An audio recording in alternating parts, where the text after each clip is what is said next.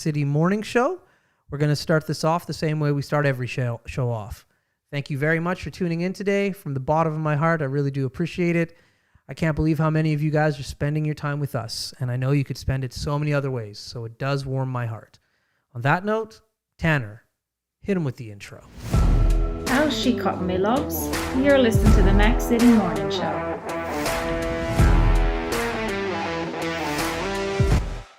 All right, and we're back. So I got to be honest, I'm really looking forward to this show. These are my favorite episodes. It's just going to be me and Tanner here today. So Tanner's going to pull open his phone. He's going to see all the comments that are coming in. So hit us up with some comments.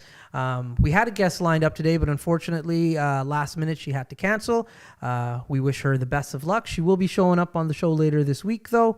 But this morning, she was unable to make it. But you know what? That's okay, because it's just going to be me and Tanner. And boy, oh boy, I think we got a lot to talk about, Tanner. I think we do. You had a big weekend. I did have a big weekend. For everybody looking on the set, we got some balloons there. Balloons from Tammy from Supplement King. Dropped them off. It was my birthday on Thursday. So, yeah, I enjoyed the rest of the weekend. Well, before the weekend started, myself and Tanner, we stayed in this nice living room Thursday evening, and we shared a drink or two. Yeah, or two. Some adult beverages were shared. It was a good night. It was a very fun night and a fun morning. Yeah, well, yeah, I don't know. I was just going to ask you that. Now, I went to bed extremely late that night. We're not going to go into when I went to bed, but I woke up the next morning, no problem. Was back here at the house, 9 o'clock. What time did you get up? I got up probably around the same time, 9:30, 10. Wow, look at us. So, yeah. Oh, I don't sleep in when I drink. There we go. I'm up earlier. Because we partied into the AM, the late AM. Yeah. Good. I was wondering. I was like, I wonder how Tanner's faring. So, good. So you kept up with. We only had like two drinks, maybe three. Maybe. So you kept up. You were able to hang, and then you were able to function the next morning. Yo, yeah. Very impressive. In between the house and the morning was a little bit rough, because like when my body decides to like shut down when I get home, I know I'm home, I'm safe. My body's like, okay, we're good. But, yeah. But being out, that's easy. Okay. So now my question to you, and I changed up my routine the following day. What did you eat? What was your, I don't want to call it a hangover, but because I wasn't hungover, but when I drink, I have my meals I like to eat the following day, and I changed up my order. But before we get into what I ate, let's talk about what you indulged in the next day. McDonald's, the classic. McDonald's, okay. Yeah, my mom was blessed enough to go and get me McDonald's for lunch. It wasn't breakfast. Okay. I didn't eat breakfast, but it was a 6-piece with a large fries and a large Coke. 6-piece nuggets? Yep. Okay. Yeah. Large fries, large Coke. All right. Now, what was your dipping sauce? I don't dip. You don't dip? I don't dip. Straight up nugs? Straight up nugs. Oh my gosh. Somebody's got to write in and say that's weird. Somebody on the comment section, please. Who does that? I'm sorry, but I believe food should be cooked well before you eat it. You shouldn't have to add things on afterwards to increase the taste. Wow. You might be the first person ever that I've met who doesn't have a dipping sauce for their nuggets. Nope. Wow. I don't like a lot of sauce-based things. Okay, interesting. Yeah, like I don't eat ketchup, mustard, relish. I don't do salad dressing, none of that. Nope. What about hot dogs? Cheese. Huh, interesting. Yeah. That is interesting. I agree with you on the salad. Most of the time my salad is dry and people think I'm a weirdo. They put it on the side and they're like, oh, are you on a diet? I'm just like, no, I really just don't want your dressing. Yeah, no. So chicken Caesar, that's where it's at. You get the flavor from the chicken. That's right. I'm on board with that, but like nothing on a hot dog. That's sacrilegious. I don't know. Like I believe that the meat should be cooked well. You get a good tasting meat. You don't need to add things to make it better. This is fair enough. Okay. I had hot dogs for my birthday dinner because I'm a child. Yeah, obviously. Yeah. Like, I have tacos every year, so. There you go. See, that's what you got to do. You're like, oh, do you want a fancy dinner? I'm like, no, I'll just have hot dogs, please. Right? It would feel wrong if you didn't have your normal birthday meal. Yeah, my kid loved it. But I switched up my order, and because usually, like, I don't want to give away my home address, but I'll give away some details. I live up in Timberley. So usually when I wake up, I'm going to say, like, okay, I'll go to McDonald's, and I'll get my standard McDonald's order of 10 nuggets with sweet and sour dipping sauce, followed by a double cheeseburger made like a Mac with large fries and Coke with ice to the top, but like just a spritz of Coke, so I can just get the Coke water. I dump out the Coke. How'd you come across the cheeseburger made like a Big Mac? Listen, it used to be a struggle for me in regards to I was conflicted in what to order.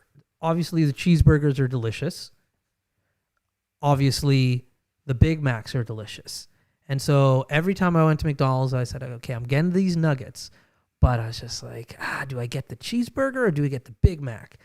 And then one day I'm hanging out with a buddy of mine and I'm conflicted with this order. And he's just like, dude, just get the double cheeseburger made like a Mac.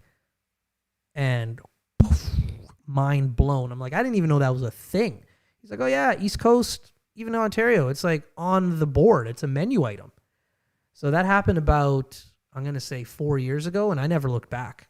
So since then, I haven't had a regular cheeseburger and or a regular Big Mac. I just throw that combo together. So I got a question for you then.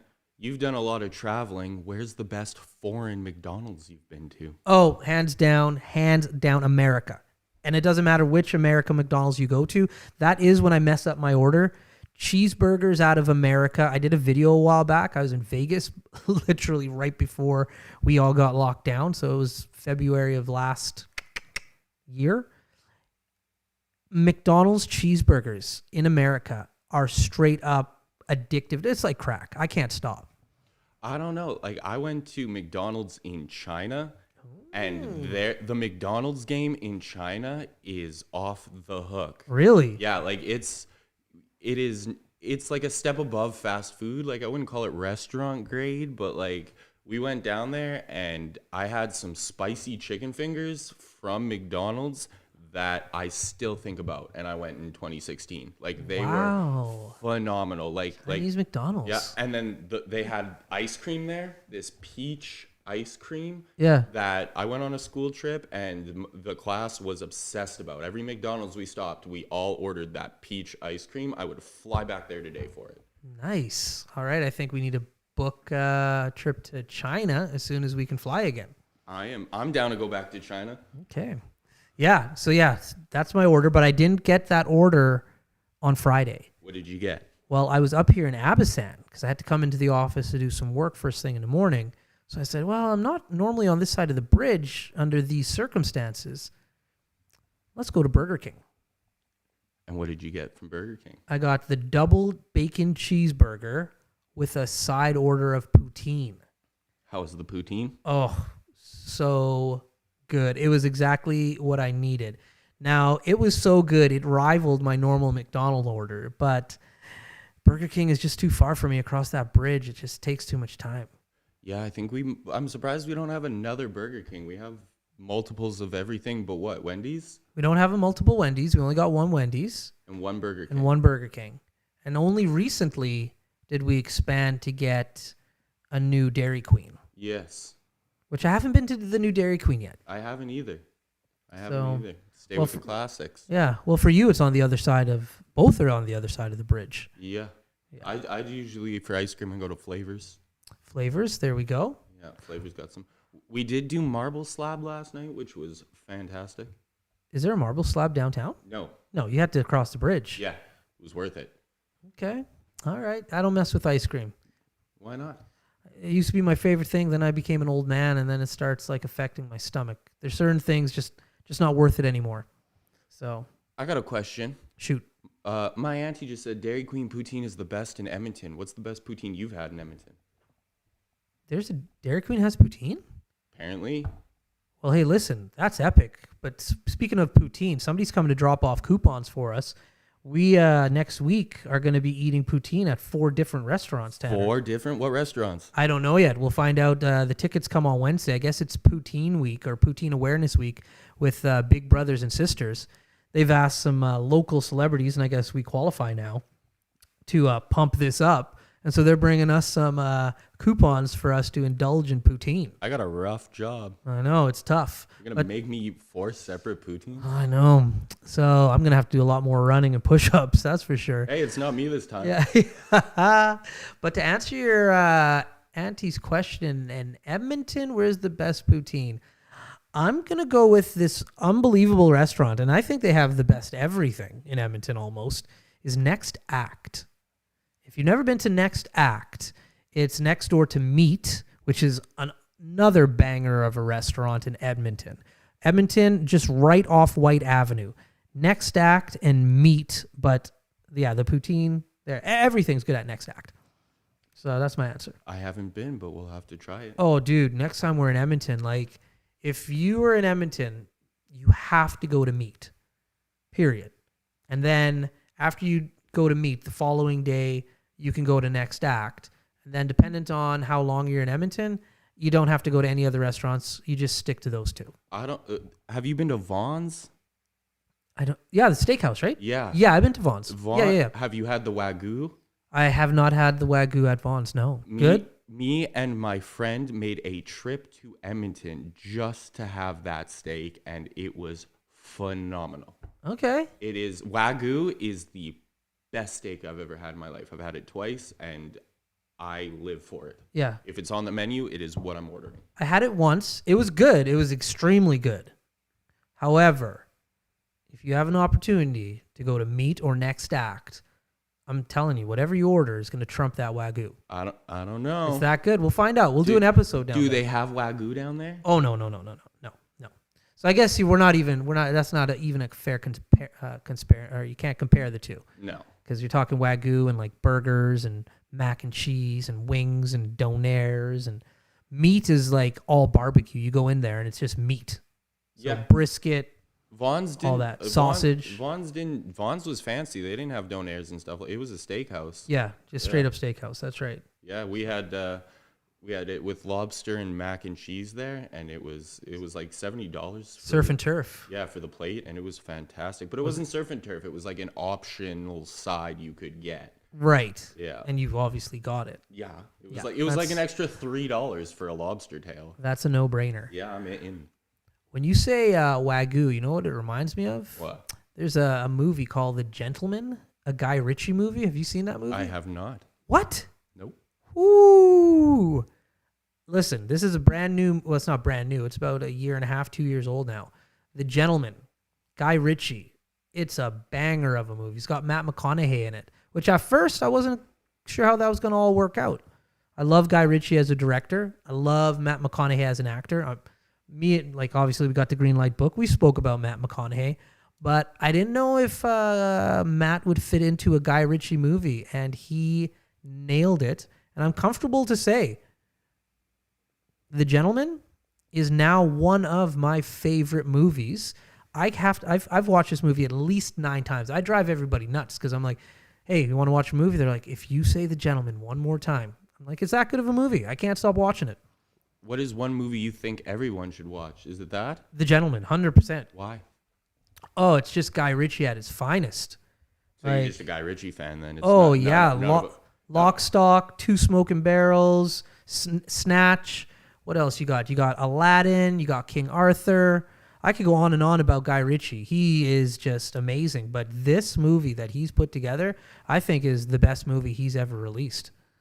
See, I'm a big fan of like mind-bending movies. Oh, like what are we talking about? Like Butterfly Effect or Fight Club or Inception was a good one. Eternal Sunshine of a Thoughtless Mind with Jim Carrey. Jim Carrey. Like any movie that makes you like at the very end just be like, what did I just watch? I need to see that again. Right. You just threw down some bangers of movies. That one with Ashton Kutcher, The Butterfly Effect. Woo! That's a game changer of a movie. Oh, I like any movie where you watch it and for like 90% of the movie you go, this is the stupidest thing I've ever watched. Right. And then the last 10 minutes just make it the greatest movie you've ever seen. Right. Like Fight Club is, I don't want to spoil it even though it's like forever. Yeah, we're not spoiling movies here, man. But like Fight Club, the ending to that movie was just like when it all tied together, it was just like, oh my God, this movie that I've been watching all makes sense. It's not just some stupid nonsense. Right. Well, if you like movies like that, I've got a lot of heat over this one. Have you seen Quentin Tarantino's last movie? Which was? It was I almost swore on air. It's a long one. Something in Hollywood. I forget what the whole title is. Like Once Upon a Time in Hollywood. I have not seen that. Oh, dude, it is spectacular. Like when you're watching this movie, it's like a slow movie and you don't understand why you're seeing what you're seeing. It's enjoyable, but you're like, there's a lot going on here.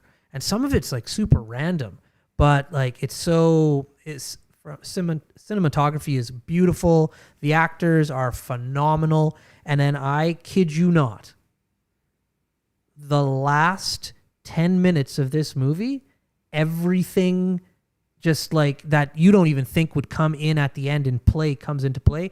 It is hands down the best 10 minutes in movie history. Yeah, you're getting everybody is commenting that it was a good movie, wild movie. And the last 10 minutes, like I don't say that lightly. Now, for anybody who knows me, I digest a lot of content when it comes to movies and television. And I'm telling you, it is the best last 10 minutes of any movie out there, period. PG rated. Oh, no, I don't think the movie's PG. I think it's rated R. Oh, well. And the ending it's a Quentin Tarantino movie, man. There's nothing PG about this gentleman. Last, your sister said everybody should watch Hitch. Oh, Hitch. Listen, this is Will Smith. Will Smith better give us a shout out. We talk about Will Smith almost weekly at this point. If not daily. Yeah, Will Smith is a great actor, great movie, great rapper. Like Will Smith kills it. So motivational. But here, listen, Hitch is a great movie, and I think everybody at home has already heard about Hitch, has already seen Hitch. There is a Will Smith movie that I don't think gets enough shine on, and it's called Focus. Haven't seen it. Oh, dude, we need to we got a green room upstairs with a TV. I'll bring in some movies for you. Well, Focus with Will Smith. Great movie. He's got Margot Robbie in it with him. I'm in. Who isn't in? Yeah. But him and Margot Robbie in Focus. She's actually a phenomenal actor, though. Phenomenal. Think about the movies this lady's been in. Wolf of Wall Street. Yeah, she was in that Tanya Harding movie. Yeah. She was in Suicide Squad. She did a movie with Will Smith. She did. That's a movie with 2 movies, Suicide Squad and Focus. Yeah. And Once Upon a Time in Hollywood, Quentin Tarantino movie that we just talked about. She's in that as well. Your sister says that's not her cup of tea. I know, Alicia. Listen, I love my sister.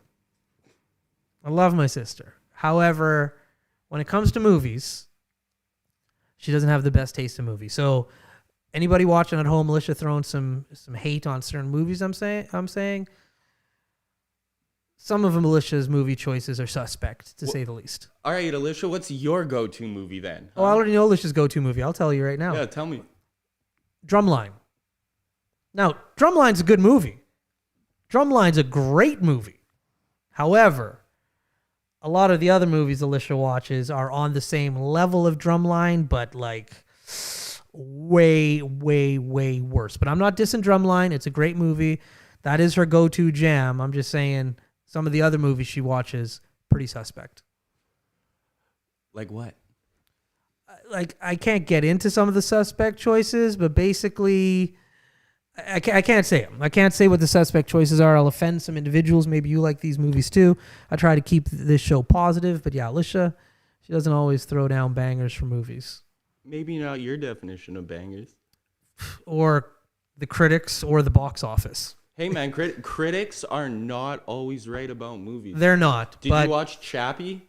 No, I never. I've never heard Chappie. Chappie is a movie about like this police robot who develops feelings over time, and it got bombed in the by critics in the box office. But if you watch that movie, good movie, Chappie. Yeah, it is heart-wrenching. Like, it's an emotional development of a character who's not supposed to have emotions. So it is fantastic, and it got ripped by critics, and it was fantastic. Well, I agree with you. Sometimes, well, not sometimes. A lot of the times, critics get it wrong, but.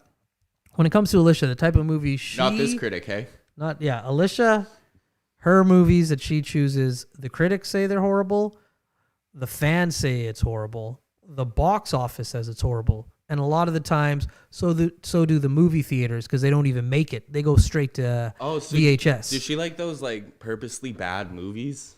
Yeah. Like what was that very famous purposely bad movie where like the audio doesn't line up when he's talking and stuff? Oh, that's funny. That's every kung fu film. But yeah, Alicia, she doesn't. The thing with her is she doesn't watch it because it's ironic. She just is like thinks it's great. And it's like, Alicia, you got some issues. But when it comes to Will Smith, she loves all Will Smith movies. And to give my sister the benefit of the doubt, like myself, she does watch a lot of movies. It's just her go-to jams are usually pretty horrible. Maybe she needs to get on here and defend her movie choices. Well, listen, one of these days we should get her on here. So Alicia's good times. Yes, I would say. I'm trying to find this movie here. What movie are you trying to find? It was I think there was a biopic done about him. And he just Chappie? No, the guy who did that really bad movie that I'm trying to find. Oh, okay. I went and seen a like a thing about intentionally bad movies and how they're fantastic. And sometimes intentionally bad movies are fantastic, but like Sharknado. I've never seen a Sharknado, but I hear it's quite interesting and it's like a cult classic, but I've never seen a single Sharknado actually. Yeah, they are terrible and worth every minute of watching. Yeah, there are certain bad movies, especially like some movies just do not hold up to the test of time. Like going back and watching Wizard of Oz. Yeah. Or like my little guy, he's obsessed with Star Wars. And he's way too young to watch the first Star Wars because it's long, slow, and boring for somebody of his generation. For me, it's the best thing. It's better than peanut butter. Star Wars is like, but I recognize that like when I came out or when those movies came out and I first watched them, that was ahead of its time as far as like the technology on how you make a film, right? Nowadays, that's pretty ghetto. But for me, you can't beat Star Wars. So at the time, I think Keegan was like 4 or 5 trying to sit through the first Star Wars. And he's like, this is brutal. I'm like, yeah, you're too young for it. I get it. Yeah, it looks like a toy diorama if you watch it now, and it created a craze when it came out. That's right. Oh, yeah. Star Wars, game over. Game over. Even the round 2 when they did the prequels in the 90s was apparently like... Oh, dude, I used to line up. Like, I lined up at the... That's how old I am. I used to line up at the theaters. Fort Theater in Fort McMurray for all the old schoolers here. Like, the original theater. I'm not talking about the one that just got shut down. And I'm definitely not talking about the one in Timberley. Fort Theater. Lined up. Skipped school to see it, actually. Sorry, Mom and Dad. That movie I was talking about was called The Room. It had biopicked from The Disaster Artist. Who's in the room? Anybody famous? No, but he became famous afterwards because like the acting in the movie was so incredibly bad. Like it was an English movie in English and his audio didn't line up with the way his mouth moved. But in that movie was an actor and his name on IMDb is Tommy Wiseau, Wiseau. Okay. And like it won like Raspberry Awards for being so bad, but it basically made that guy cult famous. Well, listen, you and me have messed up on the audio on this show with my lips not lining up. Maybe we'll get famous. Yeah, maybe our biopic will be acted, and we can have the Franco brothers play us. There we go. You got to be pretty famous if you get a biopic with the Franco brothers playing you. That is true. That is true. Yeah, no, I can watch that movie. Yeah, it was good. Yeah, I love movies. I love TV. This is why I just love anything with a camera. I just think it's so cool. So yeah, the amount of movies I watch, the amount of television I watch, YouTube, I digest so much content. But hey, there's nothing wrong with that. No, you're doing research. I'm doing research. That's what my accountant tells me as well. Yeah, but if I'm not watching television, I like audiobooks on my phone, plug in. I got Audible, and I just listen to books nonstop. But yeah, I like being stimulated by like content. Yeah. Yes, don't we all? This is what that show's about. That's it. So I don't know where we are in the time. 24 minutes. 24 minutes. 24 minutes. So we're done? We've been done. Oh man, I was just going to get into a brand new topic of conversation. Why not? I was going to talk about television series. Community. Yes, Community is my all-time favorite TV series. Dan Harmon, the guy who does Rick and Morty for anybody who watches, did 6. Great show. Right? He did 5 of the 6 seasons of Community, and it is one of the best shows to watch if you're a person who likes continuity. Like, I love continuity within my TV shows, and the writing in it is hilarious. The callbacks in it are hilarious. The storylines in it are hilarious. It's just one of my favorite shows. Okay. I'm going to throw down, and I can't call this a favorite show because I have so many shows that are just epic. But if you're out there watching this right now, Peaky Blinders. If you're not watching Peaky Blinders, you're doing something wrong with your life. You need to tune in. Peaky Blinders, I'm going to give an outrageous statement again. I've said this to many friends, many family members, and they're like, Elliott, you're hyping it up too much. Don't hype it up so much. And then they see it and they're like, wow, you didn't hype it up enough. Peaky Blinders, season 2, the last 10 minutes of that season finale, best 10 minutes of TV history. Boom, mic drop. We got some comments saying things like Superstore or Ozark. Oh, Ozark is good. I haven't seen Superstore. Comedy. Yeah, I've heard about it. I haven't seen it. No. I don't. It was on NBC for a while, and then it went on, and I think it just went to Hulu or something. I haven't seen, but Ozarks is good. Ozarks is good. Very good. I like Jason Bateman in that role. It's a huge departure from what he normally plays. Good show. Love him in Arrested Development, though. Oh. You know what I remember him from? I'm pretty sure, and correct me if I'm wrong, but he played Teen Wolf. I think that's how I first was introduced to him, in Teen Wolf 2. Jason Bateman? Yeah. I could be wrong on this, but I don't think I am. When I was a young child, I'm pretty sure that was my first interaction with Mr. Bateman. I'm going to look up his movies and I'll tell you. Okay. The second one you said? I think so. I think Michael J. Fox played Teen Wolf in the first one. I'm 99% positive Michael J. Fox played the first Teen Wolf, but I think he was the second one. He is in a lot of movies. Oh, he's had a great career. Yeah. You know who's also had a great career? Another film for those people out there. Great buddy comedy, Two Guns with Marky Mark and Denzel. Teen Wolf 2 was actually Jason Bateman's film debut. There we go. Jason Bateman giving you a shout out. That's how I first saw you. I was 8 or something like that. And it's Teen Wolf 2 TOO. Oh, there we go. They're getting creative with the wording there. I like that. I got nothing but respect for that. I just think if they put Teen Wolf also, it wouldn't have sold as well. So No. Well, I don't know if it sold that well, but I know as a young kid getting a VHS, that's how I saw it. Yep. So... all right, listen, this is great. For the people at home, this is what me and Tanner do all the time. We could keep this camera running for hours, but that's not what the Mac City Morning Show is all about. We try to keep it to 20 minutes. We went a little bit over today. Hope you enjoyed the episode. We got some banging guests upcoming. I can't tell you who they are. We've got so many. But once again, I want to thank you for tuning in. It means the world to me. It really does. We keep getting new people following all the time. So if you haven't told your friends or family about us yet, please do. Share us. Tell everybody about us. Let's get those numbers up. But for everybody who's tuning in, once again, it means the world to me. My name's Elliott Pierre. This has been the Mac City Morning Show. That's Tanner behind the cameras. Hope you guys are having a great day, and we'll see you tomorrow. Peace. I said this. That's another Mac City Morning Show done. It's